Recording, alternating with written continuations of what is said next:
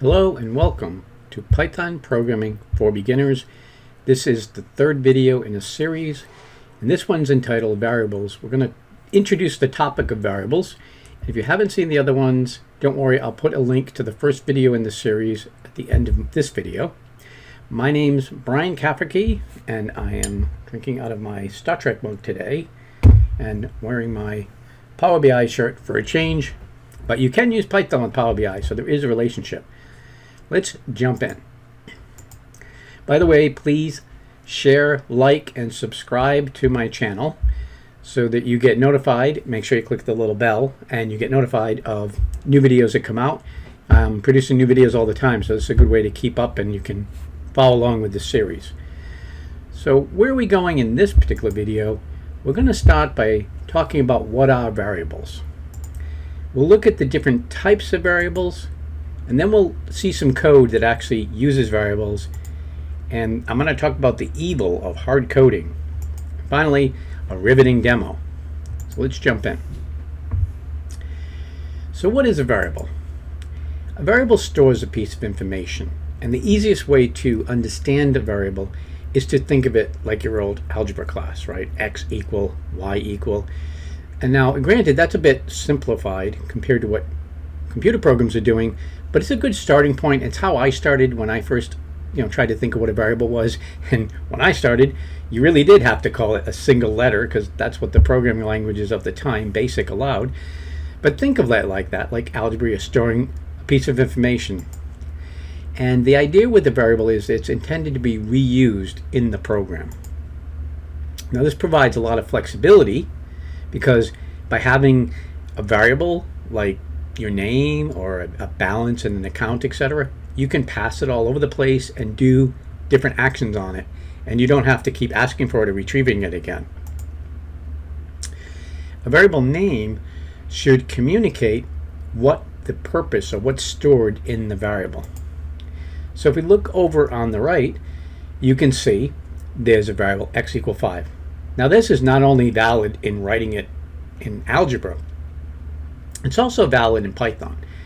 You're creating a variable x and you're giving it a value of 5. The equal signs means assign this to what's to the right to the variable. And you can say y equal 10. And then you say balance equal $250 and, well, I'm assuming dollars and 75 cents. Notice that the third line, the balance, that's a more meaningful name, right? X and Y doesn't really tell us anything, but balance gives us an idea. Maybe it's like an account balance. And finally, we can do calculations with a variable. So here you see z is equal to x plus y.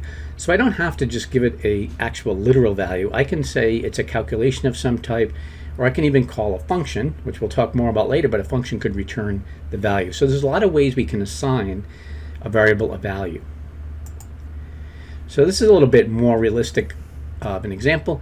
We can see on the left some Python code, and notice at the right, on the upper left, on the upper left side where the Python code is, notice you have the hashtags or pound signs, and those, we saw this before, those are comments, right? So if you see a hashtag, it means ignore this. Python will completely ignore it.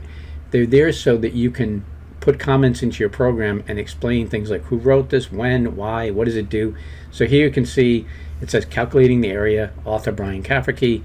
So you don't have to worry about those, but programming is a very habit-based thing like anything humans do.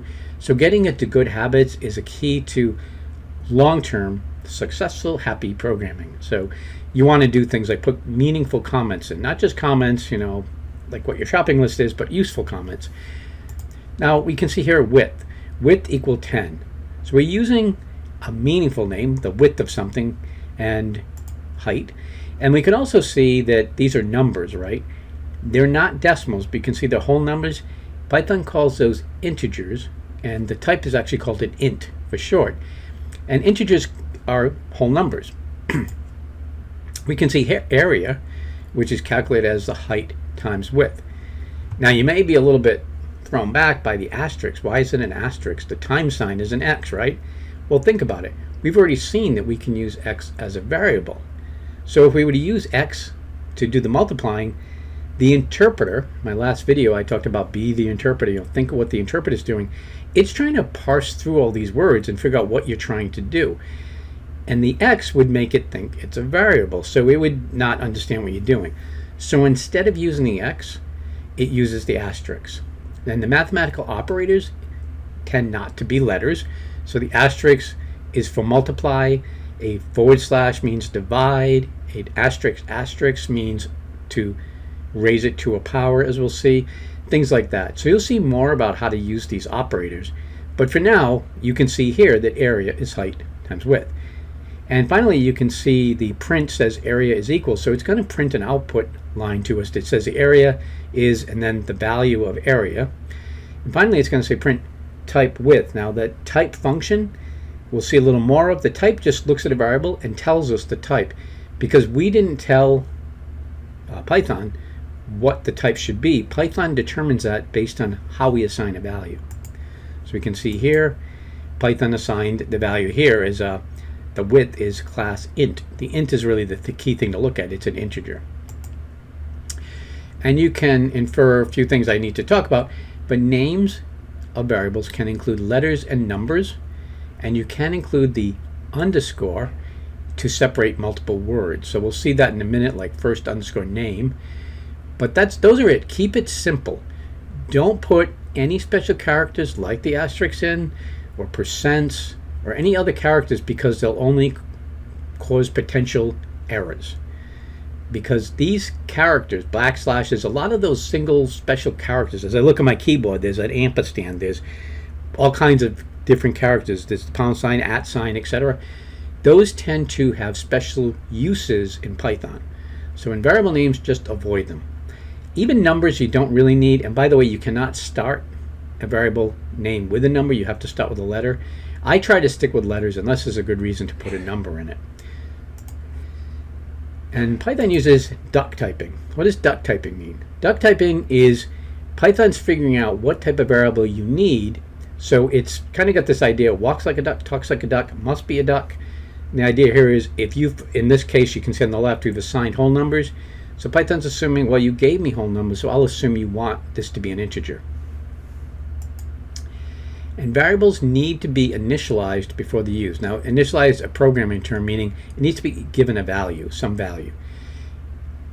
You must also have that done before you reference them or mention them in the program. So again, on the left, you can see area is equal height times width. If you had not created height first, it would give you an error saying, I don't know what height is. So if you do see an error in your program, and it says undeclared or unknown variable or unknown name, and it gives you a name, look at the program and see, maybe you misspelled it somewhere. Maybe you declared, uppercase X, and then you're trying to print lowercase x, and we talked about case sensitivity for Python. So those are sometimes things that can happen, or you can just have a typo. I do it all the time. It's not a big deal, but the error messages you get are trying to point those things out to you. This is a little more complex an example, and the important thing in this slide is, what are the variable types? We've seen a little bit here, mostly integers. So let's walk through this. The first variable type we see is a string. First underscore name is, I put to Brian. So we've declared it, and first name, this is also called declaring a variable. So first name is declared and assigned the value of Brian. The single quotes around the word tell Python this is a string. It's a literal, it's text. It's like what's in a book, and you read words. You cannot do mathematical operations on text, so you cannot do mathematical operations on strings, like first name, last name. You could also have used, instead of single quotes, you can use double quotes. The choice is yours. So that gives us 2. What about age? Here we're saying age is equal to 30. Now, I'll admit it, I'm not 30, maybe a little older than that, but the point here is not my age as much as that it's a whole number. So we saw this again, it's an integer, or really an int is what Python would call that. What about decimal numbers? Here we see a weight. Weight is 145.5. Now this is a float, and floats are very powerful because they can store a lot of numbers after the decimal and a lot of numbers before. You're not likely to get into any problems with numbers that are bigger than what Python can handle, so don't worry about that. But here it's saying weight is equal to 145.5. Again, notice the naming. Naming, I talked about this in my last video, is a convention. Like, for the most part, the idea of lowercase, that's a Python programming convention. The idea of separating multiple words by underscore is convention. You won't break anything if you don't do that, but it's a good coding practice, okay? Now here we see weight is, again, that's the type of, it's a float, so it's decimal. And finally, we have a Boolean, or bool for short. A Boolean can only hold a true or false value, so true or false. Is underscore minor, for instance, somebody who is 30 is not a minor anymore, right? So it would be false. The word false there, notice there's no quotes on it. This is not a text literal. This is a reserved word in Python for actually for the Boolean value of true or false. So there's an equivalent also, uppercase T, R-U-E lowercase, and uppercase F-A-L-S-E. So that's specific. You cannot change the case. You do not put quotes. That's actually a special meaning in Python specifically for Booleans. Booleans may seem a bit odd to you, but if you consider in programming how many times you have to do comparisons, for instance, I want to know if Brian is a minor, so I say if age is greater than 16 or 18, whatever, it's like 16 for a minor, then you can do that comparison, and you do many types of comparisons. What the Boolean type allows us to do is to store the result of comparisons, any kind of evaluation. And so it's also sometimes in programming called a flag. It tells us like yes, no, and you can imagine branching code based on that. The lines below this print are meant to print in text the literal name of each variable, first name, last name, age, weight, and is minor, and then it's doing the call to type to tell us what the type is. And if you look at the bottom, you can see first name is showing up as class string. You can see last name is string, age is int, weight is class float, and is minor is a Boolean. Now the alert. We talked about hard coding. This is not talked about enough, and I think most experienced programmers kind of forget about this. It's already known, it's an assumed you don't hard code. But for beginners, it's really important to emphasize this. When you use a fixed literal value in a program, like you just type in the program 100, you type in the program Brian, and don't assign it to a variable, that's called hard coding. It's really bad. How bad? Really bad. You don't want to do it. So let's look at this example. In the print statement here, in the print function, we see print, open parentheses, circles area is, and then we see 3.14 times 15 asterisk asterisk 2. That whole line is hard-coded. Now I'm not so worried about the literal of the label, because here I'm just labeling what I'm outputting. But where I'm using those numbers, you can notice we can't tell what these numbers even mean. We don't even know what the idea is behind that calculation. The other thing is, it's not really reusable, right? It's going to do that once. It's going to print a number. We might as well have just calculated in our calculator and just plugged in the number we want to see. Making Python do the work isn't really going to do anything since it's a hard-coded value. The other thing, just to point out too, the asterisk asterisk 2, it means 15 raised to the power of 2. All right, and we can see from this also the order of operations, where we say 3.14 times parentheses 15 to the power of 2. By putting the parentheses around that, it's actually going to evaluate the 15 squared first, then multiply it times 3.14. So these are all different ways you can do the calculations. But the important thing here is to realize we've hard-coded that. Look at the line below. Print 55 divided by 100 times 20 plus 3. Again, we could have just calculated that number and plugged it in. This will never change. We can run this program a million times. It will always come up with the same number. 100 years from now, it will still come up with that number. And finally, the third line, hello, Brian, how are you? So there I'm hard coding a name, which would be my name, right, Brian, which, and honestly, you might do that. I'm writing a game, I'm writing something. I think it's just my own use. So I say, hello, Brian, what do you want to do today? Or welcome to our game. The problem is I go and give this now. I say, hey, this is pretty good. I'm going to give it to my friend Mary and Joe and Sue or whatever. And so now they're going to be getting greeted with, hello, Brian. So there's not a lot of flexibility with this, and there's a lot of problems with doing this. don't do it. Again, you typically do this when you're testing something. You might think you would never do it in a calculation, but sometimes you do because you're trying something and you keep getting a syntax error or coding error of some type and it's not working. So sometimes just to get on with it, maybe plug it with a fixed value for now and say, I'll come back to it, and you don't. It's a bad habit to start, so I'm going to tell you, don't do it. Not only does it not provide flexibility, like what is it really delivering in value, but if you do it and someone sees it in your code because you forgot to remove it, it was in test, you'll get a really bad reputation quickly. But most importantly, this is a huge source of bugs. Most programmers wouldn't do this, but I have seen examples in companies where, it's accounting application, they couldn't get the right numbers, so maybe a consultant just plugged in the hard-coded values, the literal numbers that accounting was telling them they needed to see for the GL that year. Now, it wouldn't be necessarily in the GL application, but it might be in the data warehousing application or somewhere where they're doing a report. And it sounds strange, but there are cases in my experience where this has happened, and it's very scary to the management of a company to realize, like, wow, we've been looking at something that we thought was being calculated off of the actual data, only to find that it's like Joe just plugged that in because you said you wanted to see 500. He gave you 500 and he went home for his coffee, whatever.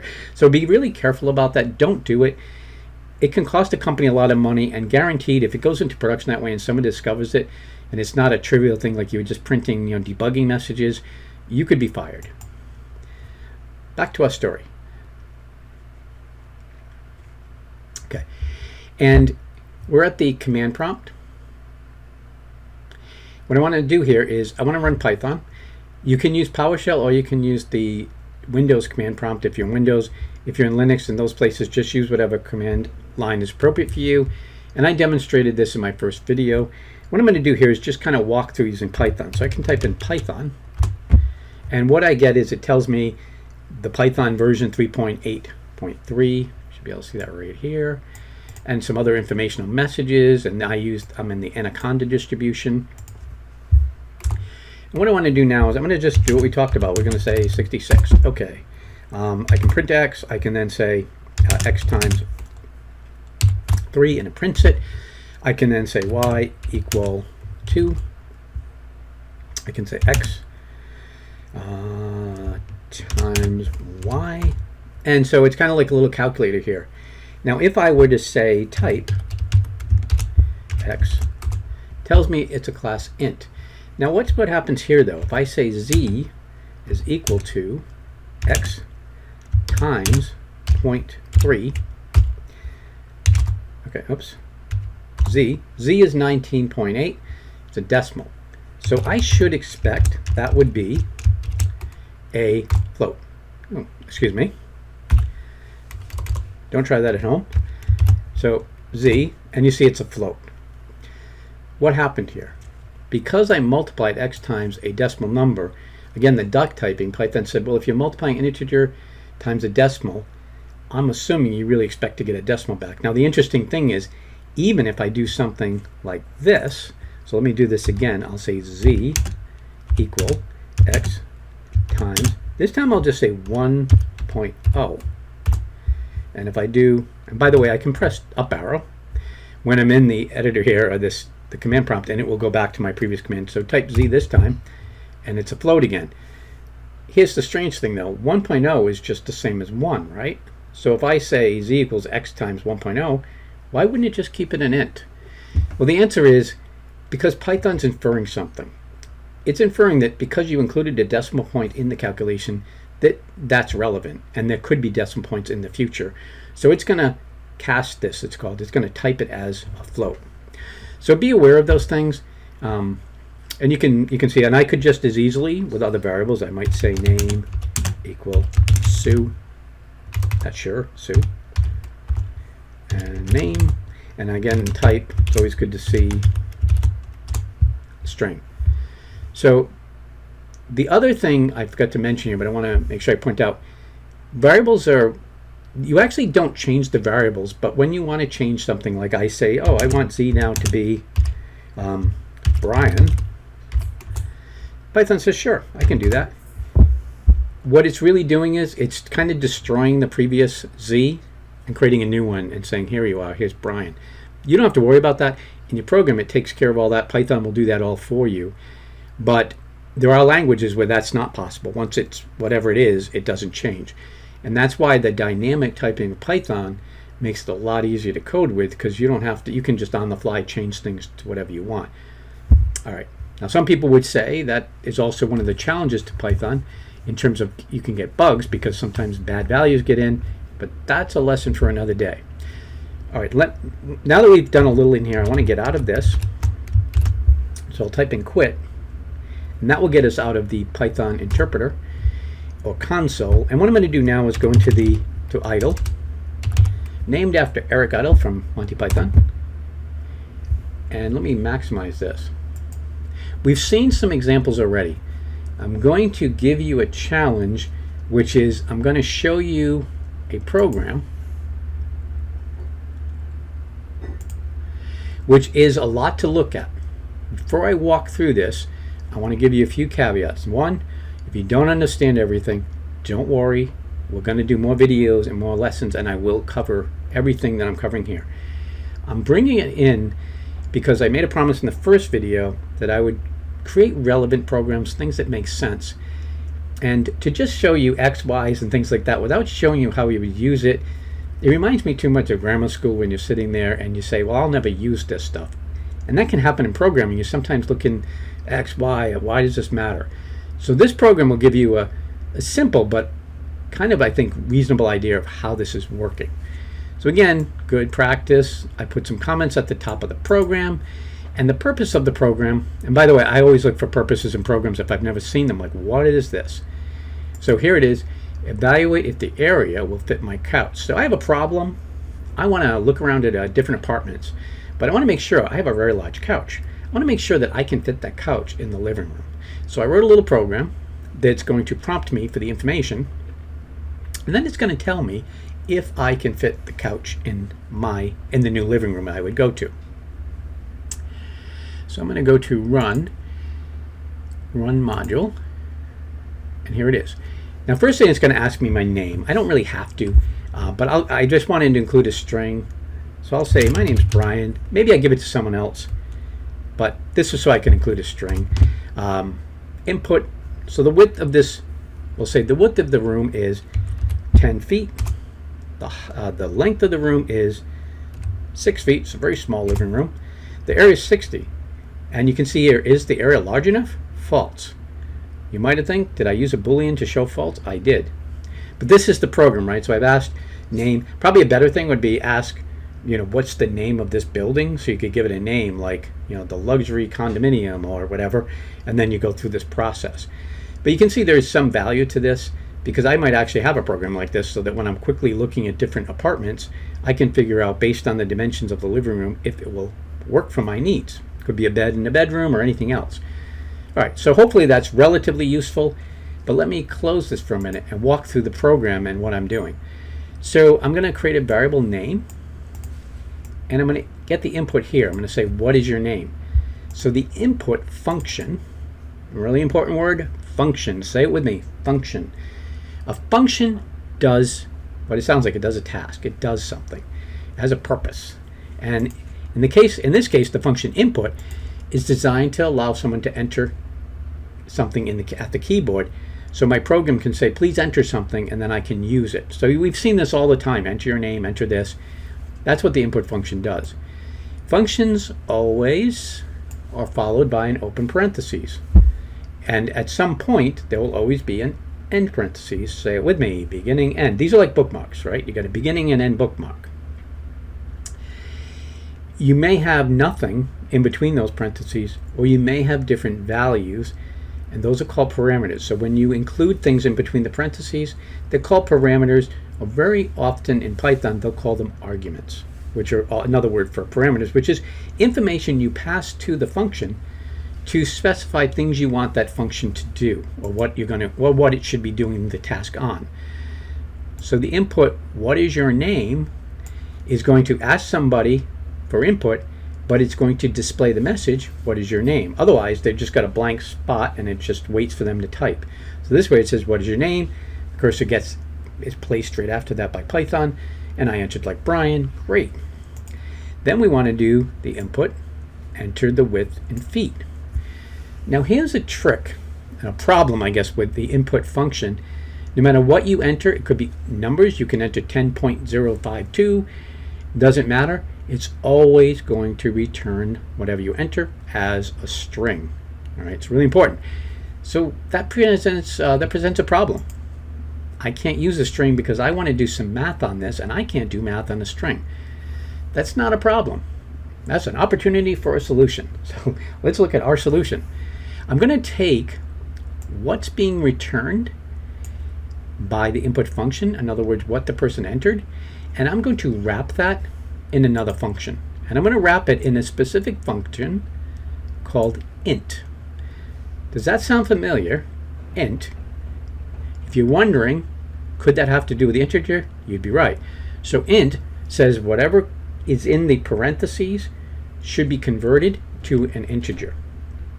Now it's important that when the person entered something into this, enter the width in feet, they didn't type in, Brian again or some text type value. But as long as they entered something that is a number that can be converted to an integer, then int will convert it to an integer and return it to this variable. I want to step back, even though this is a little beyond variables here, to point out a really important concept, which is nesting functions. Nesting means you include something, you kind of embed something, and then you have something wrapped up in that. So it's a wrapper. You can think of it a little like those Russian dolls, where you have a little doll inside, then there's a bigger doll, a bigger doll, a bigger doll, and you can kind of unwrap them that way. It's a little like that because you can create a function here like I want input, but then I want to make that into an integer. And I could wrap that into something else which says now print it. So, excuse me. So we can just wrap one function in another and another. When you do this with functions, make sure you always have a begin parentheses and an end parentheses. And then make sure this one also has begin and end. If you ever see the parentheses do not have open and close, in other words, they're not paired off, you will get an error, you'll get a bug. And Python will complain, and that's because of it. Now, we're not going to get into complex examples, but sometimes using nested functions can get kind of hairy to read, as you can imagine, because if I have a function and a function and a function and a function, it can be kind of hairy to make sure I have all the right parentheses. But that's for another day. All right, so we're doing the same thing here with length. Again, we're going to say, okay, input, enter the length in feet, and then I'm going to say, take that string that you always return. Mind you, I wish there was a way to tell it to return something else.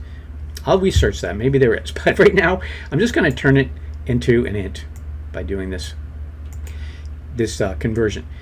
This is actually also called casting a variable, just for what it's worth.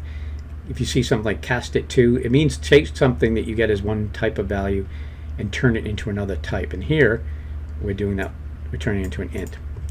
Okay, that's great. But now we're going to create a variable area.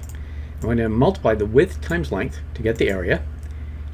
And this is, we're going to say the area needed is 100. Now, in truth, in a more robust program, I would probably ask the person, how much area do you need? But I'm going to run this a lot, and I don't really want to have to keep entering 100 when I know that that's how much area my couch needs. It's a pretty big couch. So I'm putting it in here. Now, is this hard coding? No. It's close. It's not hard coding if what I'm using, the variable in question, for one thing, it is being put in a variable, so that's not hard coding. However, it could still be kind of close to it if it's something that I should be calculating. Now, what this is doing is it's called a constant. So you can have in a program a constant, which is something that you don't expect to change, but you still give it a name so that you can manipulate it easily, so that you can change it in one place, and that will affect all the code that references that constant. Python doesn't have a constant type, so you use a variable and then you don't change it, and there are ways to protect it, etc. So some languages like C or whatever do have constants. They're just literals that you give a name to.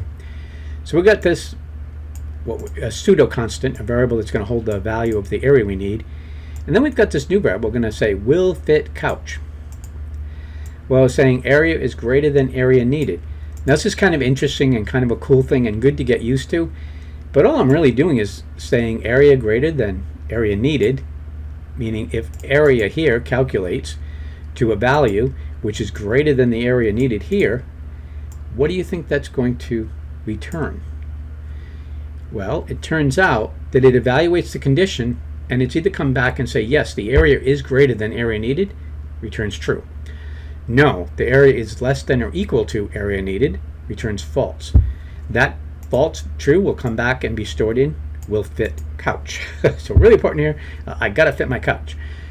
So here we're now gonna say print the area is area, which we saw, and is the area large enough? And all I'm doing now is printing the bool variable will fit couch, and it comes back true or false depending on how much area is there versus the 100 square feet.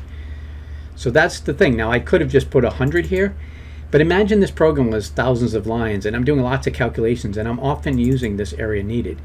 If I hard-coded a value of 100, one, you don't really know what that 100 represents, but also if I need to change it, then I need to go through everywhere where I see 100 and change it. And I can't even be certain that just because it says 100, all of that is referring to the same thing, which is area needed.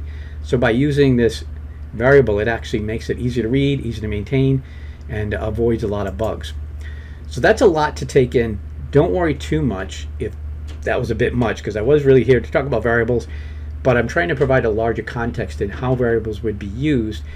And you can imagine more sophisticated programs that can do a lot of similar types of things. I could use a GUI and make it a lot slicker and drop-down lists, etc.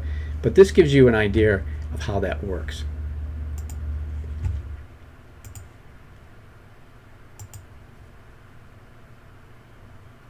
So wrapping up, we talked about what are variables, and we learned that variables are things that store information in a Python program, and we give them names.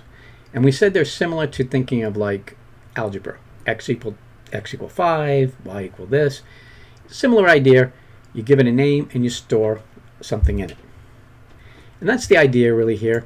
We also learned about variable types. Now there are a few basic types that Python supports. So we learned about the string, we learned about the integer, we learned about the float, and we learned about the bool, the boolean, which is yes, no, true, false. And by the way, I sometimes, in my mind, I still think when I think of a boolean, it can be yes or no or true, false.